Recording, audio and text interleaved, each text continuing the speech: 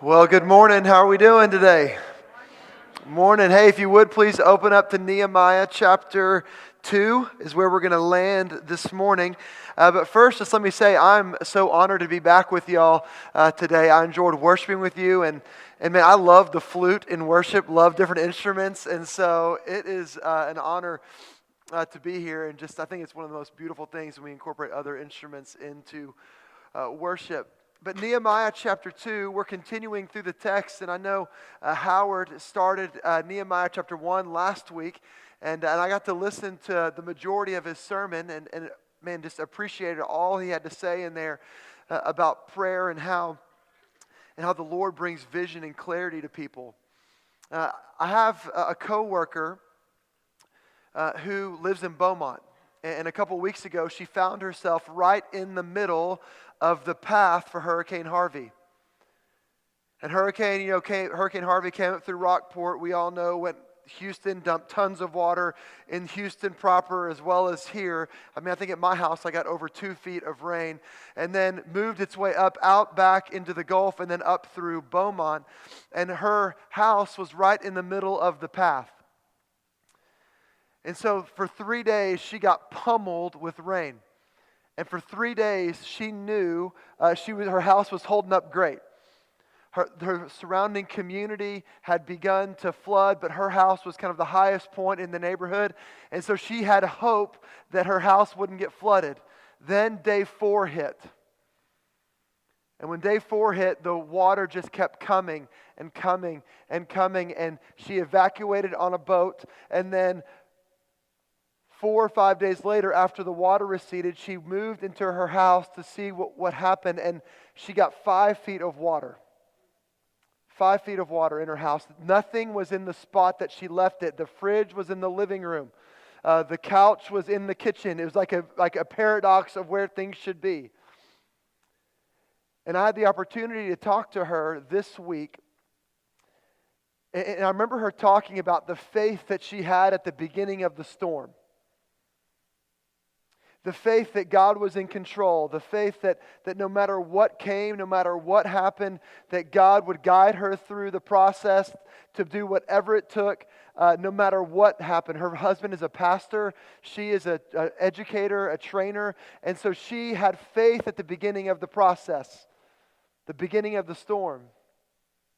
And then over here at the end, she told me that it looks like it's going to be over a year for her to move back into her house, but they don't have flood insurance. But it's amazing right here because she has faith in the end product, right?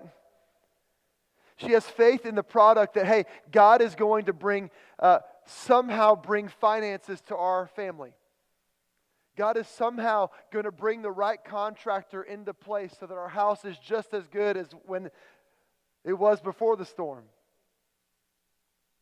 But you know what struck me right there? She had faith at the beginning and she had faith at the end. But you know where faith is the hardest, at least in my opinion? Right here in the middle. Right here in those moments for Lynn when she wakes up today and is at her church where her husband preaches, and her house is in the middle of being deconstructed. All of her memories are now at the curb. And it's a month from now when the finances just maybe aren't coming in quite yet, and her house is now broken down to just the studs. You see, faith at the beginning is important. Faith at the end is important, but faith in the middle is where the rubber meets the road, right? And we find ourselves right here in Nehemiah, where Nehemiah is right in the middle. He had a vision from the Lord. He heard what was going on in Jerusalem. He prayed, and now he's waiting for God to open doors. Look at Nehemiah chapter 1. It says the words in verse 1. It says, "Now the words of Nehemiah, the son of Hakaliah. Now it happened in the month of Chislev." Chislev.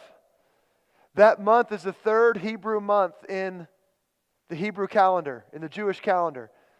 And so it's the 3rd month, it's beginning to be the winter, moving into early spring, and Nehemiah hears what's going on in Jerusalem, is moved to the point where he gets on his knees and he's praying and ask the Lord for some kind of direction, ask the Lord to allow him to rebuild the walls of Jerusalem. And then look at chapter 2, verse 1. It says, in the month of Nisan. Now that's not Nissan like a Rogue or a Pathfinder or anything like that. It's the month of Nisan, which is actually the 7th month in the Jewish calendar. And you know, sometimes in the Bible, we lose track of the time frame. You know, we've moved from chapter 1, verse 11 to chapter 2, verse 1, and we begin to think, hey, it's a similar time frame. Well, from the last 7 words in chapter 1 to the first word in Nehemiah chapter 2, 4 months have passed. 4 months have passed. You see, Nehemiah, he probably has great hope at the beginning when he hears what's going on in Jerusalem. And he has great hope that one day God is going to rebuild the walls of Jerusalem. But we find Nehemiah right here in the middle again. And what we're going to see in this text are 3 things. The first thing is something God does in the middle of our waiting. And the other 2 things are things that we can do in the middle of our waiting that will help us as we persevere. That'll help us as we persevere. And so Nehemiah is waiting for something to happen. Now look at Nehemiah chapter 1, verse 11 at the very end, the last 7 words of chapter 1. It says, now I was cupbearer to the king. Chapter 2, verse 1. In the month of Nisan, in the 20th year of King Artaxerxes, when wine was before him, I took up the wine and gave it to the king. Now I had not been sad in his presence. Underline that. Now I had not been sad in his presence, because that's an important detail right here. And the king said to me, why is your face sad, seeing you are not sick? This is nothing but sadness of the heart, Nehemiah said. Then I was very much afraid. I said to the king, let the king live forever. Why should not my face be sad when the city, the place of my father's graves, lies in ruins, and its gates have been destroyed by fire? Then the king said to me, what are you requesting? So here we find Nehemiah, and the end of chapter 1 is an important piece because he's the cupbearer of the king. We've heard this before, but the cupbearer is a very important position in the king's court. And it's one that has to have a lot of trust placed in it. Because anytime the king would eat, anytime the king would drink, anytime the king would consume a snack, some popcorn, anytime the king would go to a movie and enjoy a popcorn and a Coke, the cupbearer had to eat the popcorn and drink the Coke first. Or if it was just dinner, he had to eat the dinner and drink the wine first. Or if the king wanted a midnight snack, the cupbearer is called to wherever he needs to be because of fear that an assassination plot was going against the king. And so here Nehemiah is, cupbearer of the king. And it's odd for him to be cupbearer. It's odd. He's a Jew. King Artaxerxes has taken over Jerusalem and exiled them to Persia. And Nehemiah is so trustworthy. Nehemiah has the favor of God in his life that he begins to rise in rank in King Artaxerxes' court. That he begins to rise in rank to the point where he's found trustworthy enough as a foreigner to hold the king's life in his hands. To hold the king's life in his hands. So those 7 words, now I was cupbearer of the king, have complete significance. And here's the thing that God does in the middle of our waiting.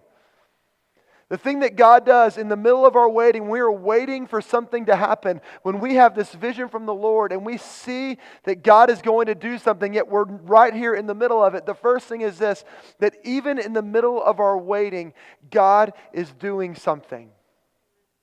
Even in the middle of our struggle, even when our houses are down to the beams, even when our houses are down to the studs and there's no hope, God is still in the middle of our life working and doing something and putting us in a place where we can impact the people around us. You see, God puts Nehemiah in the middle of the place that he needs to be. And you know what's amazing to me?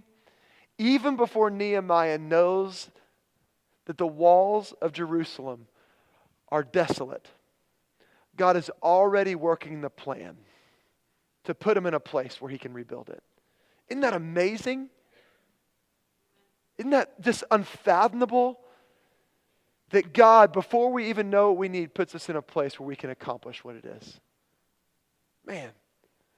Not only that, but God also orchestrates a conversation between the king and Nehemiah. You see, the king is sitting and he's drinking his wine, eating dinner. The queen, we'll see later, the queen is right next to him. And so Nehemiah comes in as normal. And what happens? What does the king realize? Hey, why are you so sad? Why are you so sad? And Nehemiah writes this really important detail. He goes, I had been very careful never to be sad in the king's presence. It's almost as if God gave the king this understanding that something was wrong with Nehemiah, right? Nehemiah says, hey, I've had a great face. I've always been happy. I've always been encouraging. I've never been sad in his presence. Yet the king says, hey, Nehemiah, what's up? Nehemiah, what's going on? Hey, why are you so sad? And Nehemiah begins to enter into the open door that God gives to have a conversation with the king about Jerusalem. You know what Nehemiah doesn't do? He doesn't get a vision from the Lord, hears about the church in Jerusalem, prays, and then walks right to the king, kicks open the door and says, King, I need to have a conversation with you. No, he waits for the right time. Can I tell you the time of the most heartache that I've ever had, the time that my decisions have cost me the most, is when I begin to kick open the door instead of allow God to open it. So when I was Lindsay and I, when we were in Colorado, we had just gotten married. We were about 7 months into marriage.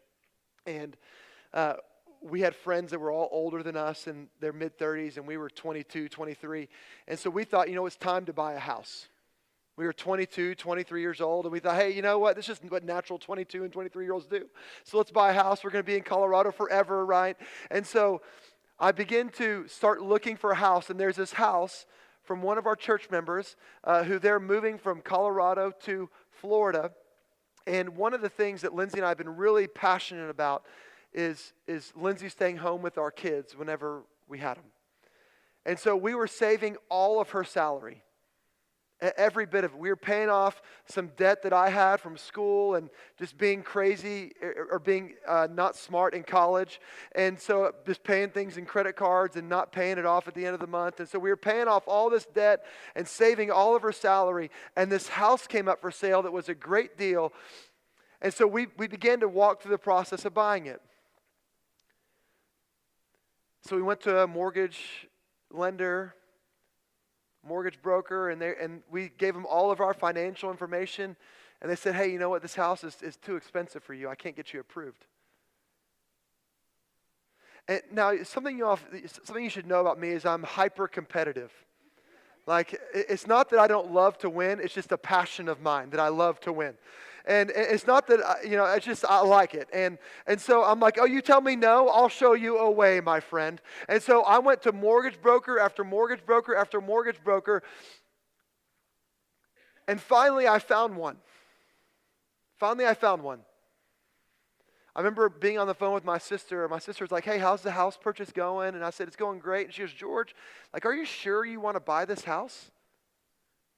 I said, yes, I'm going to buy this house. Someone told me I shouldn't and I couldn't, so I'm going to buy it. And so I found a person. They gave us a loan. In the middle of this, the church was declining, and so I took a 25% pay cut. Still went through it. My sister's like, are you sure you want to buy this house? So we buy the house, we move in, it's great. 6 months later, we're packing up that house and moving to Dallas, Texas. with a house in Colorado. Put a sign in the yard. 6 months later, we're signing the papers to sell that house. And you know what? I added up all the money we could have saved. I added up the money we lost in the house. You know how much it cost us? $30,000. You see, the times in my life when I have struggled the most, or it's cost me the most, are the times when I kick the door open instead of allow God to move in such a way. You see, Nehemiah, he waits for God. And God begins to orchestrate in the middle of his waiting, in the middle of the polls, he begins to orchestrate all the things that Nehemiah needs to rebuild the walls of Jerusalem. And I just don't know about you, but this just reminds me, hey, it's time to be patient. I know we need to get things done. But there's never a better place to be right in the middle of where God wants you to be. And I'll tell you, he makes the path easier. It may not feel like it right now, but he makes the path easier. And so what I have to do in the middle of our waiting is I have to remember the promises of God. I have to remember that God is doing something. That Psalm 40 verse 1 says, I waited patiently for the Lord, and he inclined to me and heard my cry. Like, I need to remember that in the middle of my waiting, God is not far away. But this verse says that when we wait patiently and we go to the Lord, that he inclines himself to us and he hears us. It's not like God is like, hey, just wait. I'll be over here in the corner and have a conversation with you when the time is right.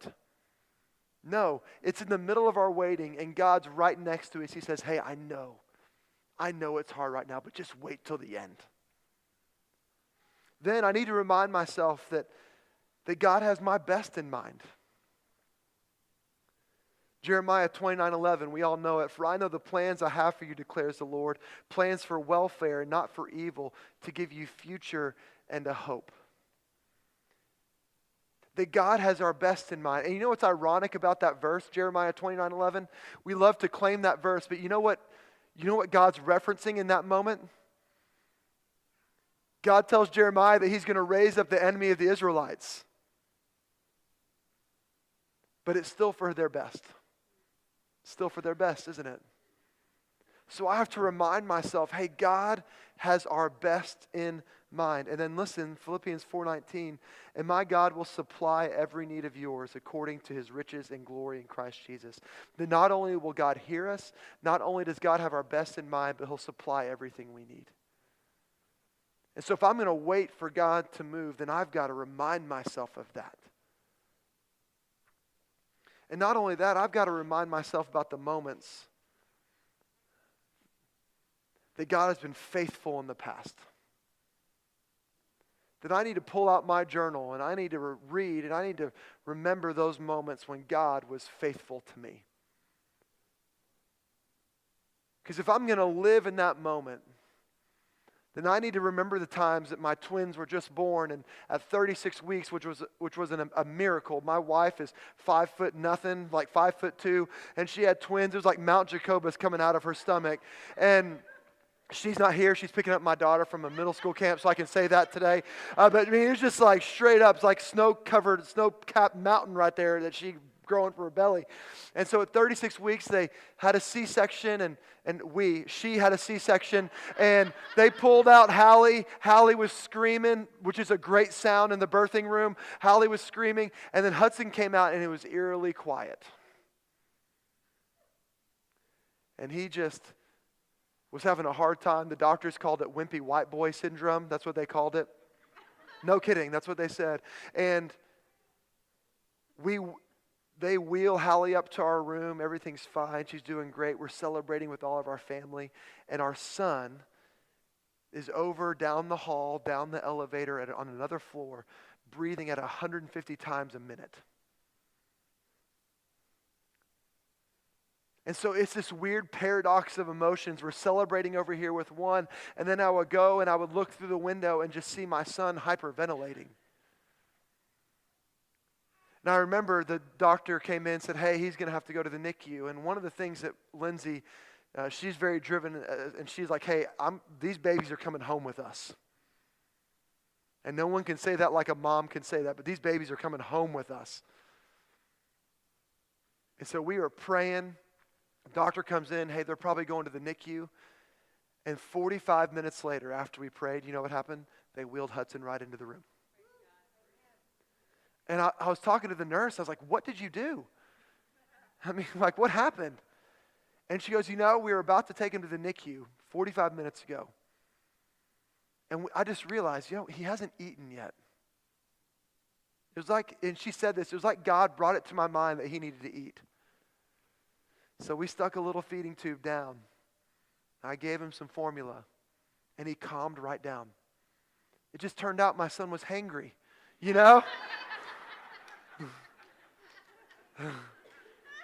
And it's been like that every day since. But you know what? God brought that. God brought that to that nurse's mind. Even in the middle of when we didn't know what to do, God was still working. And he does that for us. He does that for you. And I have to remind myself of the promises of God, and I have to remember when he's been faithful in the past, so that I can trust that God is still working, that God is still doing something.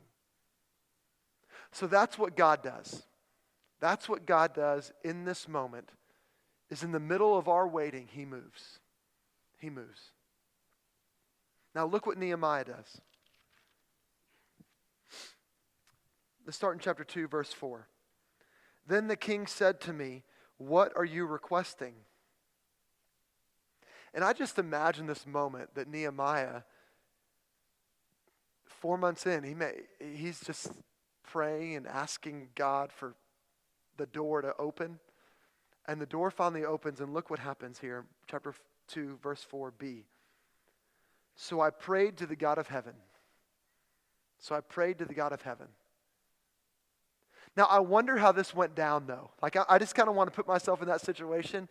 Nehemiah walking into the king, and the king's like, hey, why are you so sad? And he goes like, why shouldn't I be sad? My father's, the place my father grew up is lying in ruins. And the king goes, what are you requesting of me? I don't think Nehemiah goes to him and says, hey, king, hold on. God, you got to come through for me in this situation right now. I need to have this moment. And the king's over there like, what's happening? No, it's just this bullet prayer that's an overflow from something, right? It's a bullet prayer that Nehemiah's like, God, I need your help. Hey, king. We see in the first 15 verses, the first 15 verses of Nehemiah, we see 8 verses of that, he's praying. 8 verses. And there are 2 types of prayer that happen right here with Nehemiah. The first one is in chapter 1, verses 4 through 11. It's this long block of prayer. And then we see in chapter 2, verse 4b, it's just a simple type of bullet prayer. And you know what? As prayer goes, if this is the first thing that we're supposed to do in the middle of our waiting, the first thing God does, and we just put our trust in that God's moving. The second thing is we devote ourselves to prayer. And we devote ourselves to prayer in a couple ways. The first is we set up long periods of time or long blocks where we can pray. Historically, if you've grown up in church, it's called quiet times. I don't know why they call it quiet times, because it's anything but quiet. But it's right here, and you're praying, and you're asking the Lord to intervene. But then out of the overflow of those moments, you begin to pray continuously these quick little bullet prayers.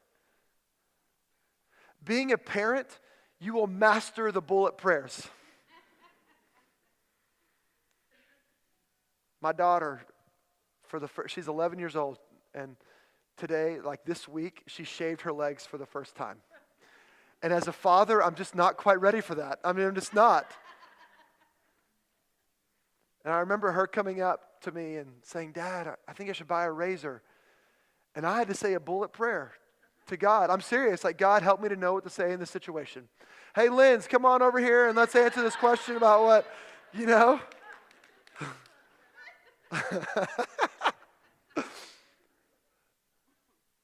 Or those moments when one of my kids comes up to me and they're heartbroken over something. I need to know what to pray. God, will you give me the right words to say in this moment?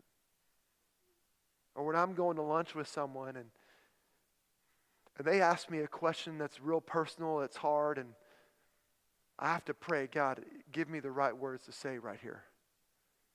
You see, bullet prayers are important, but not just the bullet prayers. The bullet prayers are an overflow of something else. Long, devoted prayer times to the Lord. And if you think about it, every vibrant relationship has both of those components, right? What if Lindsay and I only talked in bullets? What's going on, babe? How are you? Good. And what if I never explored like the deep things that are going on in her heart or in her life? We don't have a vibrant relationship, do we? So we have date night. And date night is not a double date with anyone else. Date night is with her and I, and we have a conversation. Or it's after the kids go to bed and we're on the back porch on a nice night, which is like one of the 3 weeks here that we have in Texas of that the year. But we're sitting out on the back porch and we're talking and we're exploring what's going on in our life. But then there are other moments when I'm going from work to lunch and I call her. I'm like, Linz, how are you doing? How are you doing? I got to tell you this funny thing that happened. But you know, the reason I want to call her is because I know what's going on in her life. And the same thing is true with prayer. The same thing is true with prayer. If we don't pray in the long chains, then we'll never approach the Lord in the moments that we need just a bullet. And if we only do bullets, then we don't ever really ask God to intervene on our behalf, do we? And so Nehemiah finds himself continually on his knees. Now, every time I talk about prayer, I realize that very few of us are where we want to be in our prayer life. Very few of us actually think that, hey, we're in a good spot in our prayer life. And I could take a survey here of, hey, who thinks they're really good at bullet prayers? Hey, who thinks they're really good at long prayers? But the truth is that none of us are where we want to be. And the temptation's going to be, hey, I'm gonna block out hours of my week this next week. I haven't prayed in 3 weeks, like in a long chain, but I'm gonna block out 3 hours this week to pray. And if you do that and you feel like God is leading you to that, I'm like, more power to you. I'm all behind you. But what I've noticed is that what will happen, we'll be on fire for a minute and then it'll fade out and you won't even make it to the week's end. And so something that I would challenge us to do, that I've challenged myself to do, is if you didn't pray at all last week, let's just take a little step and say, hey, for 5 minutes on my commute to work, I'm going to pray. I'm going to turn the radio off. I'm going to pray. I'm going to turn off Texags radio. The Aggie football team is still going to do what they're going to do. And you just pray for those minutes. Or just get up 15 minutes earlier. 15 minutes earlier. And write down a few things that you're going to pray about. Don't try to go and conquer the world. Just take one step. And you know what happens when we take one step? We take another step. And the next step is always easier. The first step is always the hardest, right? And we keep going every day, every day. What if you just prayed 10 minutes every day and you didn't pray at all last week? You just prayed for 70 minutes, over an hour. Just if you took a little step. So the first thing that Nehemiah does is he prays. He prays. Now look at verses 5 through 8. And we'll wrap up here. Chapter 2, verses 5. And I said to the king, if it pleases the king, and if your servant has found favor in your sight, then you send me to Judah, to the city of my father's graves, that I may rebuild it.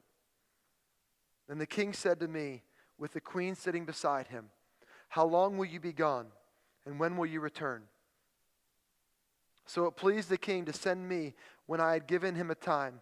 And I said to the king, if it pleases the king, let letters be given to me, the governors of the province beyond the river, that they may let me pass through until I come to Judah. And a letter to Asaph, the keeper of the king's forest, that he may give me timber to make beams for the gates of the fortress of the temple, and for the wall of the city, and for the house that I shall occupy. And the king granted me what I'd asked, for the good hand of my God was upon me. In the middle of the waiting, Nehemiah prays and he prepares. The door opens. The door opens. What does the king ask? How long will you be gone? Nehemiah doesn't have he doesn't know how long it's going to be gone, but he has an idea. And he said, so Nehemiah, we don't say how long it is. We don't see it in the scripture, but it says, but it pleased the king to send me for the time I had said. He said, you know what? I think it's going to be a year. And the king said, okay. And then what does Nehemiah do? Hey, and king, can you give me a letter to help me travel to get to Jerusalem in a more quick route so I don't have to go up and around?